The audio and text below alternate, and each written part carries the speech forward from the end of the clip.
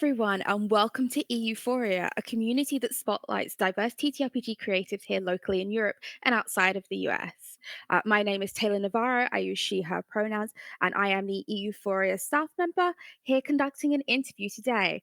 What is this interview for? Well, if you haven't been following us on our socials, which you should do down below right now, TTRP Girls is a streamed event to celebrate and uplift TTRPG creatives who are women and folks identifying with womanhood, and particularly those in Europe and outside of the US in a celebration of like women and femmes in gaming, essentially. We've had loads of interviews, loads of games going all through this month. So make sure you are following us down below so that way you can find out what else we've got on. And without further ado, I'd like to introduce my interview guest for today. Kim, why don't you tell us a little bit about yourself? Hey, thanks for having me. My name is Kim. I am one of the co-founders and current cast of High Rollers D&D. Uh, that's it. No. You know what? That is good. That is good. So for anyone who doesn't know what high rollers is, do you wanna tell us, like, a little bit about high Yeah. rollers? So we've been running for 9 years now. And Congrats. we're basically a group of friends who get together every Sunday and we play Dungeons and Dragons.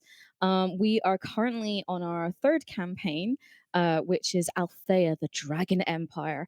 And each of our campaigns, Lightfall, Erois, and now Althea, has been homebrewed by our wonderful DM, Mark Sherlock Humes. And yeah, it's been going, like I said, 9 years now, which is pretty crazy. And yeah, I mean, we do all sorts of we do Dungeons and Dragons, we do our main campaigns, but we also dabble in other TTRPGs and systems and stuff like that. And I mean, I think the main thing about us is we always come back to the core thing of like it's just a group of six friends who just hang out and play games together and tell stories together. That's wonderful. That's wonderful. So before high rollers, I want to backtrack a little bit Mhm. because this is a conversation about being like women and identifying with womanhood. And like TTRPGs is quite a traditionally like kind of nerdy thing to do. And when we think about games like this, we often think about like white men playing these games, but neither of us are white men, funnily enough. Yeah. So I would love to know, how did you get started with TTRPG specifically? Oh man, it's how far back do we? How much time do we have? Are we talking like we're going all the way back to the deep lore in the year 1984? No. So I guess I've always worked in male-dominated industries. So when I started kind of thinking about things like careers and stuff like that, I was originally headed towards being a sound engineer, particularly a live sound Oh, engineer. wow. So that person at the back of a venue who's like pushing all the faders and like looks like they know what they're doing. So that's where I was started, and then I kind of actually went from there into video games journalism, and I was into that for a while, and then that went into content creation, kind of with my YouTube channel as Yogscast Kim, and it was through Yogscast Kim that I met Mark, and the others. You know, I met Trot and Katie and stuff like that, and it was actually off the back of one of our Jingle Jam streams. So Jingle Jam is like a big charity event that Yogscast does every December, where they stream during December to raise money for multiple charities. And Mhm. we kind of got together and we did, a couple of TTRPG streams and things like that. And Mark was like, "Do you know what? I want to do more of this." So he asked me, like, "Do you want to kind of, because I'd mentioned that I'd played Dungeons and Dragons, when I was like a teenager. I don't even know what version it was we played, and we didn't really stick to the rules, if I'm honest. You don't need So yeah. Um, yeah, and then we assembled a crew, to. Mhm. which was basically, just us asking our friends, being like, "Hey, do you want to get involved in this thing?" And we originally thought that it was just going to be a couple of months, couple of Sundays. And then yeah, 9 years later, here we are. So Wow. yeah, so I guess, I come like if there was one common thread throughout my whole career, professional career, I've always worked in male dominated industries. Um, I I don't really know why that particularly happened. I guess growing up, I was into what would be deemed, pointlessly gendered, classically male things like video games. Like I Mhm. remember actually my parents were pretty cool, and like they bought me a Game Boy, they bought me a SNES, and stuff like that. Nice. And yeah, so video games were always a big part of my life. Um, and I guess the through thread to now, maybe not necessarily the early parts of my career, but now was I was always big into fantasy. So, Mhm. from quite young, like I was reading Terry Pratchett and Redwall and stuff like that, and Lord of the Rings, of course. And so I was always kind of living in these fantasy worlds. Um, so yeah, it's interesting that yeah, you bring up the point of gender and being in a male dominated space, but I guess I've been working in male dominated spaces for so long now. I don't even think about it anymore, Mhm. if that makes sense. Yeah. Yeah, that makes sense. And I think it's quite nice to see like how you have transitioned from like those like male dominated teams like the Yogscast to something with high rollers where it does seem to be more of an equal gender split. Yeah, so we currently have 3 women and our DM, who is gender fluid. And then, yeah, and then, so it's myself, Ree, Katie, Tom, Trot, and Mark, or Mara, as they're known when they're in fem form. So, yeah, I mean, it's again, it's not something we intentionally set out to do. Mhm. Um, it really was friends first. Like, it's not like we kind of held auditions or were like, "Oh, we really need to," it was just friends, and that was just a reflection of our friendship group at the time. Yeah. That's so lovely though. That is really lovely. And moving away from like the kind of structure of the players at the table, I'd like to talk about your characters Mhm. for a little bit because we also have like some gender diversity with the characters that you've played across the three different campaigns. So would you like to tell us a little bit about them and the kind of thought process as Yeah. like you've kind of, I don't want to say evolved, but like changed the way that you play when you Mhm. play online? Yeah, so again, like this is kind of opening a box of worms because I am the player at the table who is known for having the 10-page backstory. So I will behave today and I will give you the very abridged version because you've just asked a very deep question about tell me about all 3 of your main characters. Hmm. That's a 3-part episode right there. Or 3 episode, yeah, whatever. So starting with Juto, who was my first main character. She was the epitome of I am playing Dungeons and Dragons for the first time. I know I said I played it when I was, but I always considered Lightfall as my actually first hard reset. And she was the epitome of my first character. She was darkness, no parents, emo, We've all been there. she was a tiefling who with a troubled past and a real grumpy so and so who didn't I feel called understand out. people. Yeah, I know, right? And she was presented very much I took inspiration from her name, all that from my Chinese Malaysian heritage. So she was dressed in kind of Chinese style red and gold robes. Mhm. She fought with a guandao. Her name is Juto Zizing. And I've probably butchered that. This is the funny thing, like all of my white friends are like, I'm not even going to attempt that name because I don't want to get it wrong. And I'm like, my Mandarin is terrible, much to my mother's shame and embarrassment. So I'm probably not saying it correctly either. Just go for it. Just, Yeah, but you gotta be yes. brave. Yeah. So she was a monk as well. So she was very much like, yeah, my first D&D character. And I love her to bits. I made mistakes with her. Those of you who know. And particularly around I think was it episode 8. And then the next character, Nova, she was an Aragonite. Well, I actually had her as a kind of like a mixed Aragonasi, but I think classically she was. Oh my god, I'm about to say, is it air or water? I can't even remember. Like, it's not like I played this character for how many years, and water, yeah, because she could breathe. No, air. Oh god. Anyway, she was a Ganassi, Yeah, and that's but all you I need to know. kind of yeah, we details. I decided to go completely the opposite direction with her, where Juto was very kind of I guess traumatized and very Mhm. unhappy. Nova was the diametric opposite of that. They were they had a family. They had a well-adjusted, Congratulations. supportive family. They were well educated, and almost to the point of naivety, where they Mm, went out into the world and they were like, "I have this book idea of what the world is, and I think that everything's gonna be great." And just very naive. In that way. And yeah, in terms of gender with them, like I think I've said this before, where during the campaign, we used, she, her pronouns, and it was one of those things I didn't actually really think about, but now I'm kind of like, well, maybe actually, yeah, they would be more like non-binary. I don't know. Like I've always had them drawn for official art as kind of a bit more androgynous. mhm. And I remember when we had a collaboration with Idle Champions, the clicker video game. That's so cool. Um,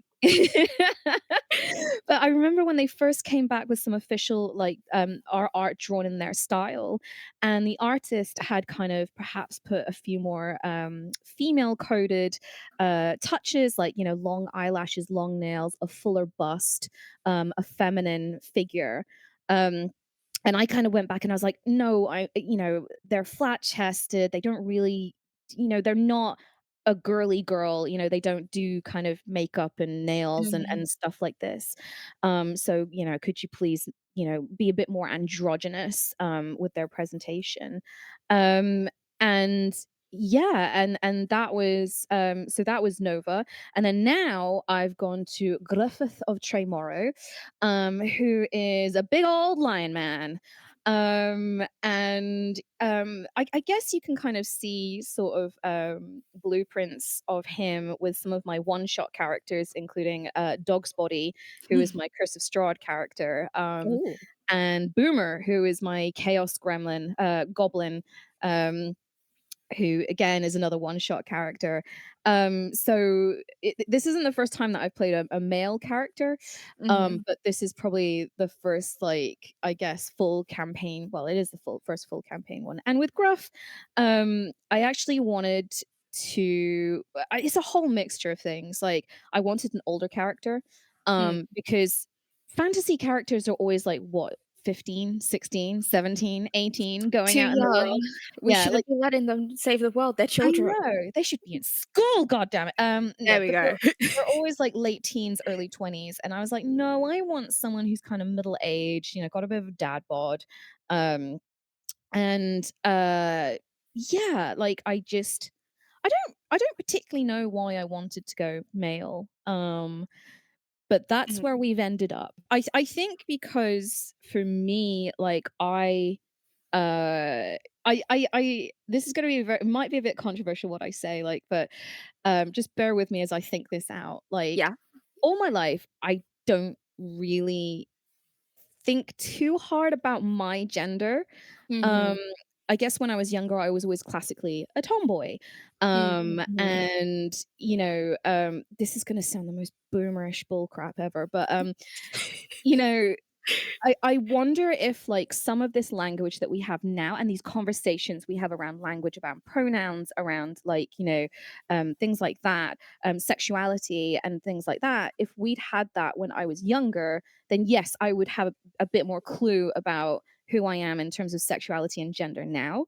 Mhm. Um, I've kind of dabbled with pronouns. I've gone she, they, or she, her, that kind of thing. But I don't really know what fits me. And I'm Yeah. also not kind of I don't need to put a pronoun or a term on it.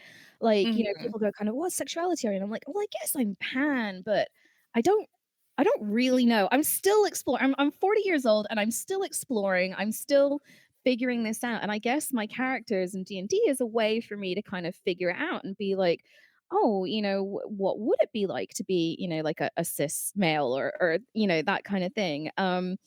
And there are times where I dress more masculine, there's times when I dress more feminine, and there's times where I dress like a blob because I don't wanna go outside and have anyone look at me.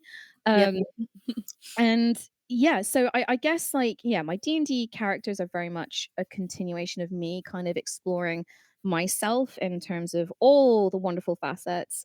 Um, but yeah, I couldn't tell you like if there was a conscious decision to be like, right, I'm gonna be boy mode today, I'm gonna be girl mode today, I'm gonna be, Mhm.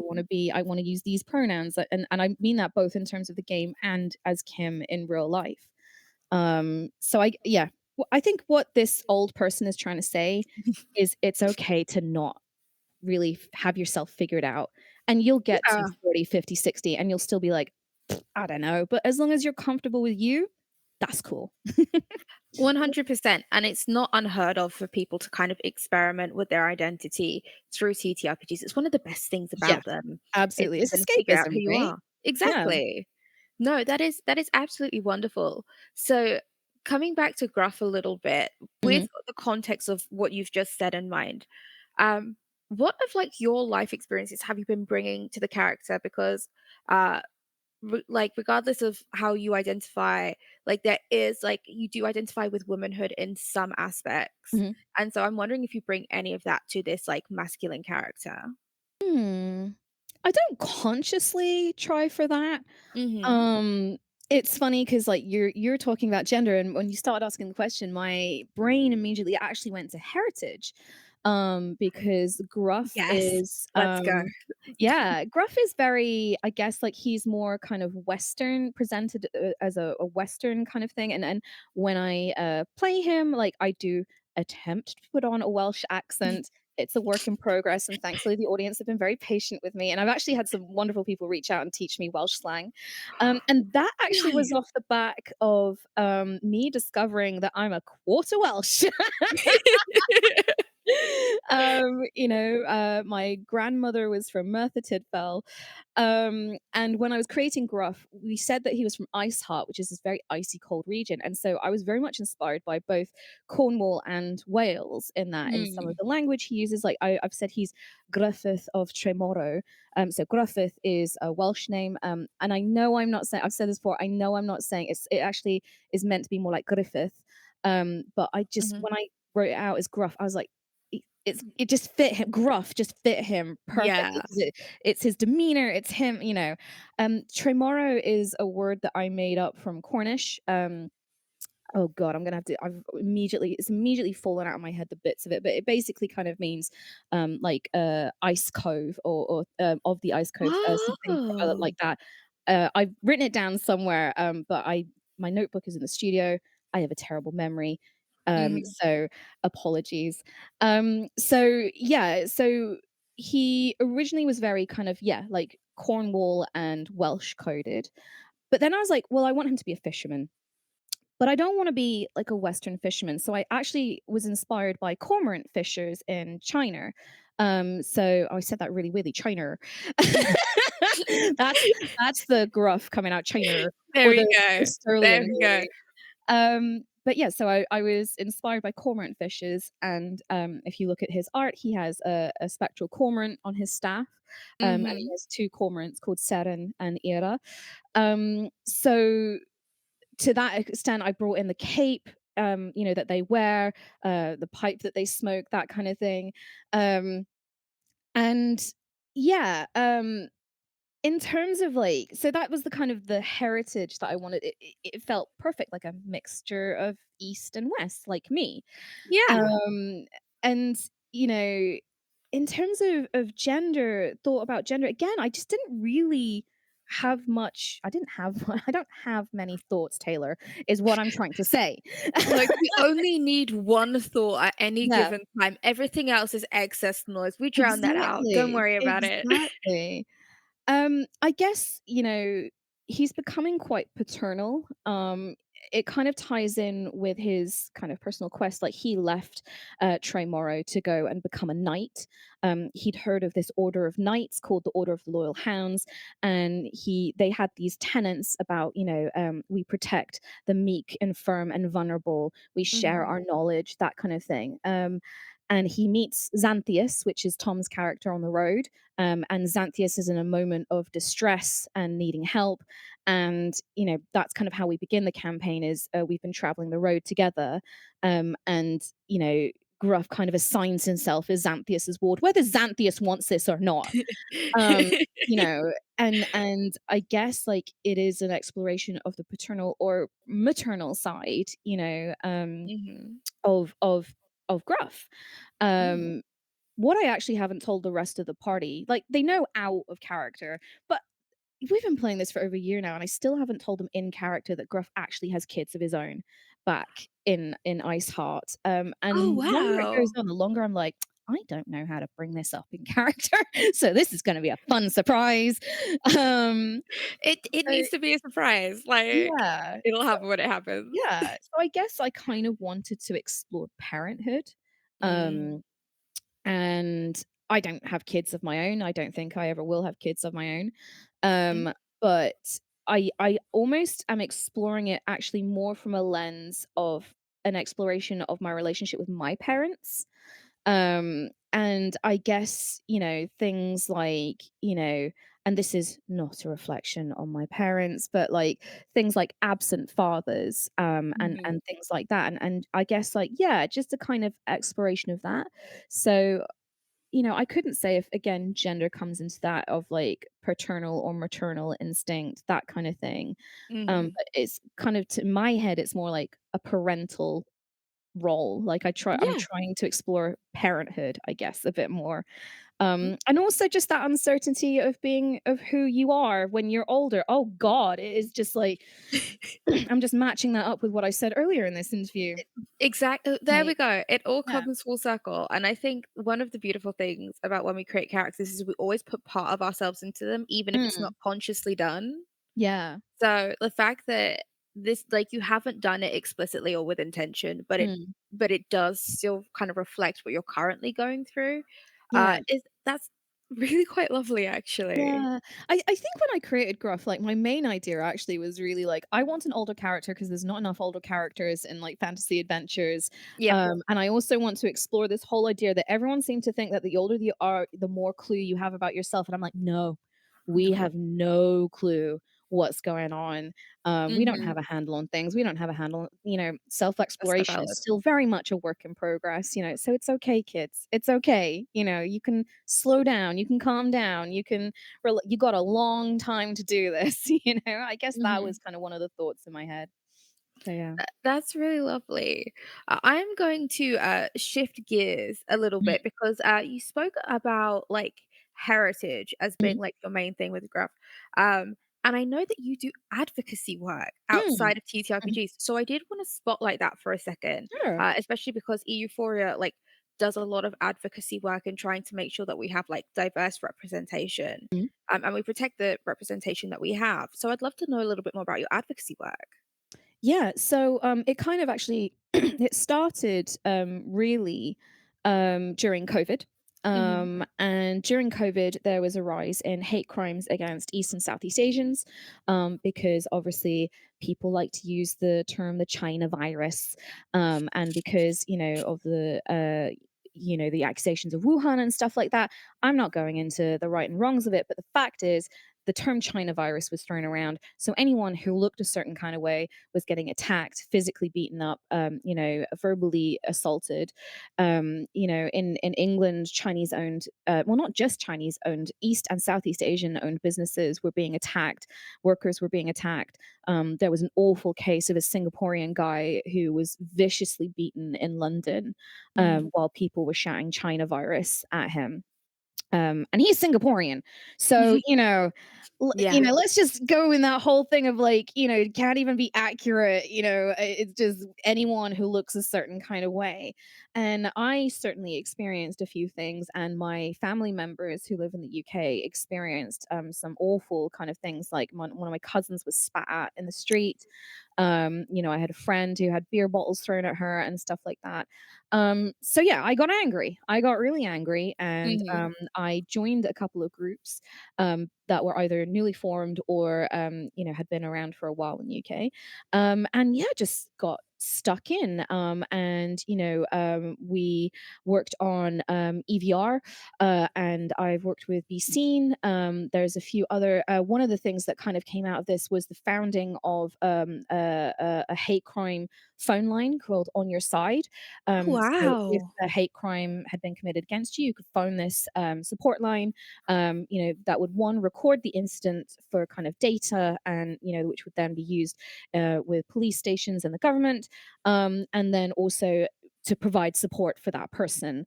Mhm. Um, and yeah, it's I've taken a little step back from that, because it was great, it was fantastic. We did amazing work.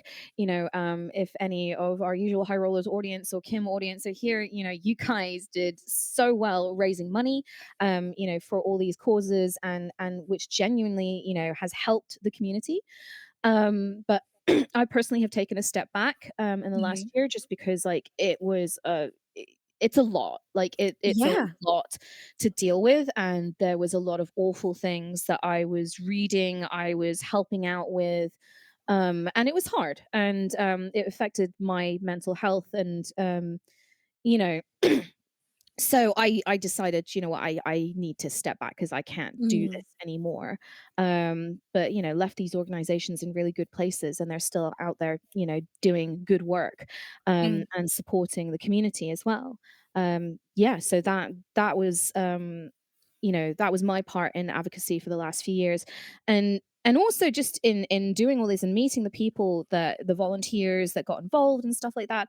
I actually got to connect with, British born Chinese, Malaysians who'd come over here, and members of the East Asian and Southeast Asian community, mostly in England. And I got to talk about heritage and being mixed race, or being a British born, Chinese, and things like that, and Mhm. share our life experiences, share our experiences with our parents, and food, and oh, this crappy thing happened to me today, and yeah, that actually, you know, was a wonderful side of it, was to um, meet more people in my community, because really, for a lot of my life, I've kind of had to suppress my East Asian and Southeast Asian heritage. Mhm. um, and I feel like it's very different now. I feel like if people came into my life now, they'd be like, "Oh, okay, we get it, Kim. You're Malaysian. Like, we get it. Okay." But Mhm. it's almost because I've spent a great deal of my life having to suppress that, because I was Yeah. bullied for it. I was mocked for it. I had horrible racist incidences. And one kind of example is I have a Chinese name. Well, I have a couple of Chinese names, but I stopped using them because I was horribly bullied for them. And I've mentioned this to people recently, that, like, yeah, we're now kind of, people are like, well, why don't you revive and reclaim your names now? And I'm like, oh, because there's a lot of hurt there. Yeah.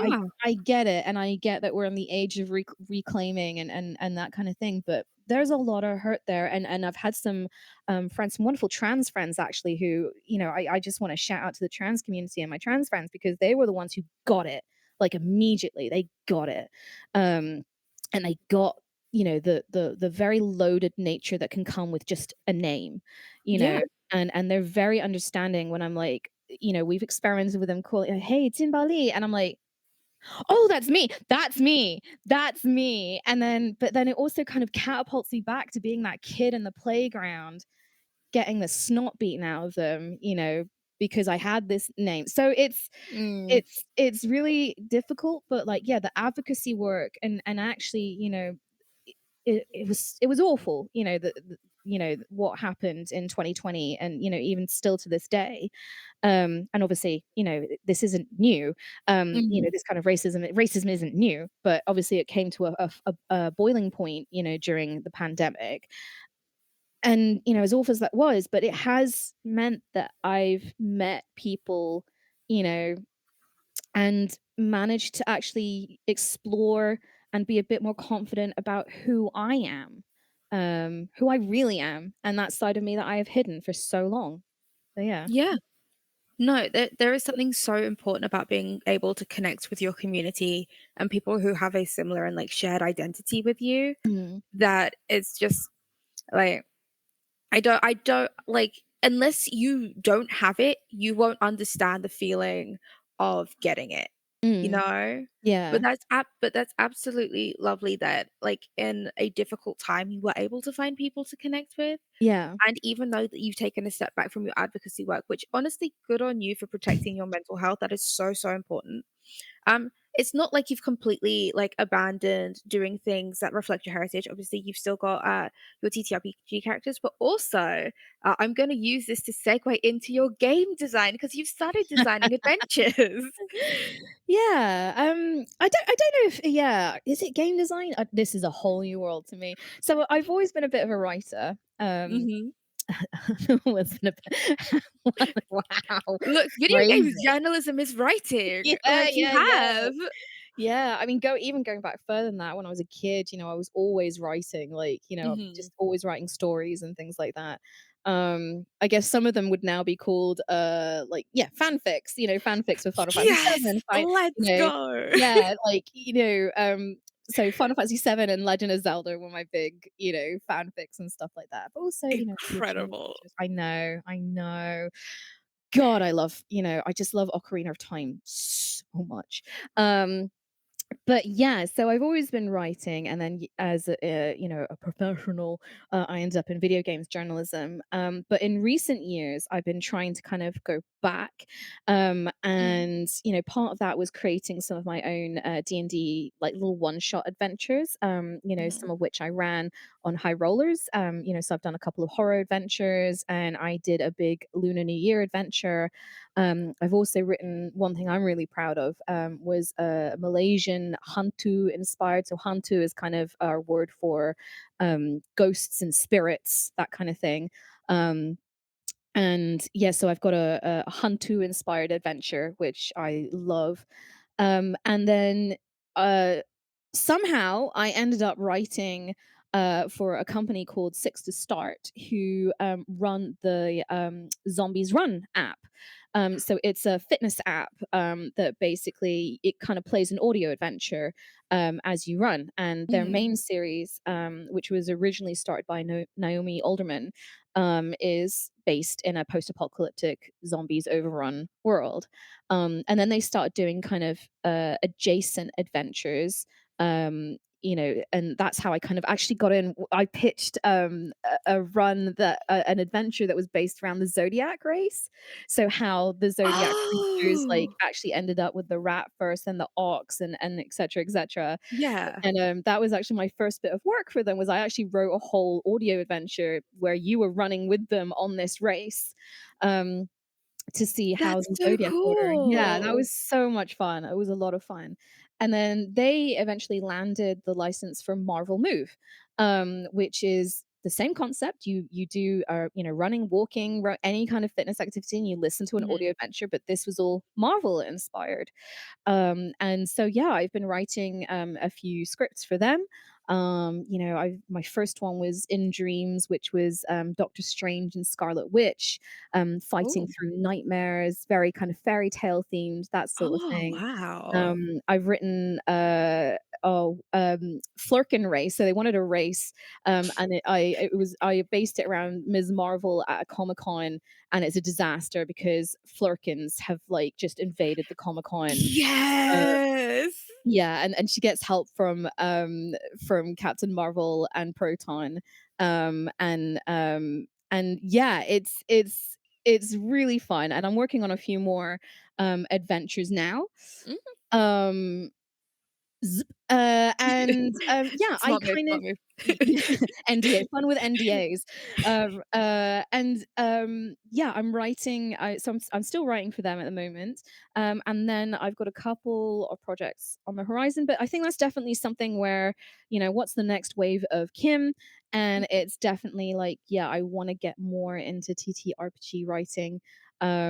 Yeah, so I'm kind of like, it's funny that you asked me about that because I'm a little bit nervous to talk about it because I'm like, well, I'm not, I'm still starting. I don't really know what Look, I'm if doing. you have one published adventure, you are a game designer. It really does just start with the first one. Yeah, The fact that you've got yeah. multiple adventures and you're doing things with, like, Marvel Move, like, you're definitely like, game designer is a very, like, big umbrella because 'cause you've got, like, Mm. narrative designers and, like, game designers and, oh, she's my brain is She's gone. gone. She's gone. She's That gone. thought You know went. what? We don't need that thought anymore, but there are different things, and they all come under game design, and you Yeah, are doing it. yeah, I'm And doing so people something. should follow you, so that way they can keep up with what you're doing. I'm doing something. You're doing something, and it's great. So, um, like, kind of taking another step backwards to look at, like, the bigger picture of everything. We've talked about, actual play. We've talked about game design. We've talked about advocacy work. We've talked about kind of, like, being a femme presenting person in a male-dominated field. Um, do you have any advice, especially, like, that you would, like, give your younger self or, like, younger, like, girls and women Mm, who want to do things that you have been doing? Like, any words of wisdom that mm, you would like to share? mhm. Okay, that's a big one. That is a big one. Yeah. So the first thing that comes to mind for me is that I would say that all of these industries and spaces are very different to when I started. I started in all of the oh god, I just You don't need to say a year. You don't need to say a year. it was more the kind of back in my day. But back in my day, this was the pre-Me Too movement. Mm, And, there was a lot of stuff that wouldn't fly now. Or at least men would listen to you more now. mm, And it is kind of one of the it's not a regret, but it's something I can't think of a word that really encompasses it. Um, Maybe grief or something like that. That like, yeah, I feel like I was a little out of time in that I was in these spaces before I could speak up and be listened to. yeah, Um, so I will say as a whole, I think these industries are a lot more open, are a lot more understanding, and it is amazing to see more diverse faces because with diversity, it really does bring more equity and equality, and it does mean that we are listening to each other a lot more. Now, that's not to say there still aren't problems, but on a whole, it is easier to be listened to, mm, especially if, you know, let's talk about it. If something awful does happen, you know, um, people will listen. There will be someone who listens. mm, Um, I will say as well, oh God, what advice can I give, man?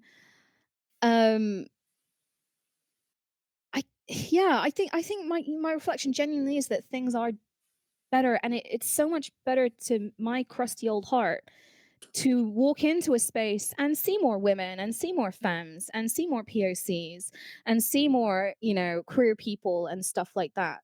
mhm, Which is important because we all have stories to tell and experiences that are different, and we should be listening to that. Um, I think any industry is hard, right? Any yeah, industry is hard, and you're gonna have times where things are great, and especially in creative industries, your ideas are flowing, and it's a wonderful experience. And then there's gonna be times when it's the grind, or you hit rock bottom, and you're just like, "This sucks," or yeah, you have a corporate client who's like, "Well, no, we can't talk about this, we can't do this. You need to make your creative idea fit the brief, like the corporate brief, a bit more and mhm, stuff like that." And yeah, you have to do it because that's the job. And I think it's learning where that line is of personal integrity, and no, I do have to toe the line, but then this could lead to the next thing, that kind of thing. mhm, Um, and I think in terms of just being creative, one of the best things I was ever taught, from Matt Wazetska, who was my original director at Six to Start. He said, and he obviously has taken this, I think, from Stephen King, but it was kill your darlings. yes, So, I think about that a lot, and it is like you get this idea in your head, it's the best idea in the world, and then you get stuck and you're like, "This isn't working. This is why isn't this working?" And you have to break it, and you have to take it apart. You need mhm, to go, "Oh, okay, actually this doesn't quite work," whether it's a joke or a concept or a plot beat or something like that. And you're like, "Okay, okay, this isn't gonna work for this." Take it out, put it back together. Oh, it is flowing a lot more. And it is that kind of like to have that um introspection to yourself to be like, well, I think it's a great idea, it's the best idea ever, but no, no, like take the ego out, take it away, use it for something, write it down in a notebook, use it for something else in the future, it doesn't Mhm. quite fit. And I think that is definitely something I come back to time and time again when I'm stuck, like, in a script and I've got this perfect joke, but it's sticking out like a sore thumb, you know? Yeah. So yeah, I always come back to that. So yeah, a big hodgepodge. If you can find advice in that, all power to you, because that was a Look, mess. no, I think, like, don't be afraid to tell your stories, you know? Also, don't be afraid to kill your darlings, are both very, very good pieces of Yeah. advice. Okay, hopefully this next question is easier as we kind of start to wind down, Mm. now. Do you wanna talk about any TTRP girls who inspire you? Yes. So the top of my list definitely is Banana Chan. Nana is So lovely. I first like found her when she launched Jiangxi. So I think she was one of the co-creators of that. Um, and Jiangxi is a TTRPG where by day you run a Chinese takeaway, by night you fight Chinese vampires. And I was like, "This is all of the things I want in my life." And it's a brilliant TTRPG. I highly encourage you to seek it out. Um, and also, it's not just for East Asians, it's for everybody. Mhm. And the whole team did such a wonderful job on it, explaining kind of cultural notes, things about names, interactions and stuff like that. So, you're gonna learn a lot when you play it, and also punch a vampire in the face. Um, Two you very know, important things. very important things. I believe Banana has also written for things like June. She's done some June adventures. She's done Raven. Is it Raven? Oh, my names. My brain has not activated today. Ravenloft. Mm. And one other adventure that I she put up on Kickstarter was Forgery, and it's a single person kind of like a blogging adventure where like you are an artist and you're creating art and the art is cursed. And I loved that adventure. Like, it was really I really loved it. I really it kind of tickled my horror need and stuff like that. And also, there needs to be more single person adventures out there, because we all know what it's like trying to schedule a group of people to get together. Not only do I know, I have an expert I'm ready to refer you to who knows all about solo RPGs. Nice. But yeah, I would definitely say Banana Chan comes to the top of my mind. Yeah, when it comes to people, women and femmes in the TTRPG space, like a lot of love for her work. Yeah. Mhm, mhm. Is there anyone else that you wanna mention? Oh, brain. To be honest, like I think I'm still in that zone where I'm like, I find it really delightful that, like I said, I come from a very classically male dominated background, and like, to see all these women and femmes, now in this space, it's just delightful. I kind of, I know it's a bit of a cop out answer, but everyone inspires me who steps up and goes, "Hey, I want to do this. I want to share my story. I want to That's get so involved." valid. Like, and Mhm. like I said, like the landscape is so much more different. And the fact is, by and large, people are listening to each other, and this is great. So, and it's tough. It's tough to stand up and go, that space that is not classically for me, I wanna go in there, and I wanna share my Mhm. stories, and I wanna do my work.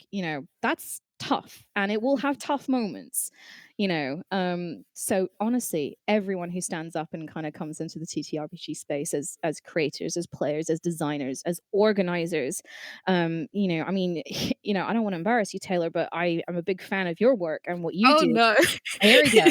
Here we go. I was like, "Am I gonna drop this bomb?" Um Oh, no. but, Taylor here does a lot for the POC community and, like, organizes spaces for us to meet, for us to exchange ideas, to help each other, to share our work and help each other out, and that is incredibly important. Like, people don't think about organizers, right? Because the thing is Yeah. organized and it's done.